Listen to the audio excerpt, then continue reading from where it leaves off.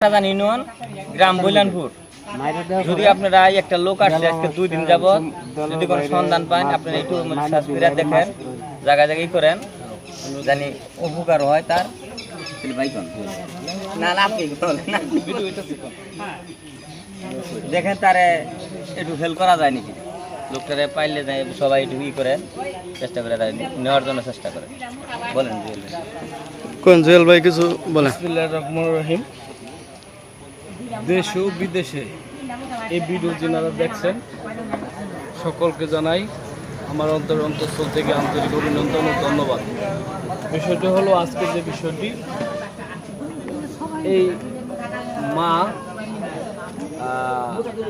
কয়েকদিন যাবত এখানে ঘোরাঘুরি করতেছে, কেউ তাকে আমরা শনাক্ত করতে পারতেছি না, চিনতে পারতেছি না। আসলে যে কারো যদি কোনো আপনজন ওনার ছেলে সন্তান যদি কেউ থেকে থাকেন, তাহলে এই ভিডিওর মাধ্যমে, এটা হচ্ছে কাকরাদান ইউনিয়ন বৈলাপুর গ্রাম, এখানে ওই মহিলাটি অবস্থান করতেছেন 2-3 দিন যাবৎ।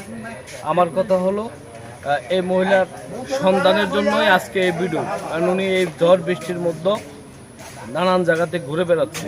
আপনারা যে যেখান থেকে দেখছেন এই ভিডিওটি গুরুত্ব সহকারে শেয়ার করে দিবেন, কারণ এই শেয়ারের মাধ্যমে যেন ওনার পরিবার পরিজনকে যেনারা আছেন তারা যেন ওনাকে খুঁজে পায়, উনি যেন ওনার বাড়িতে গিয়ে আশ্রয় দিতে পারে।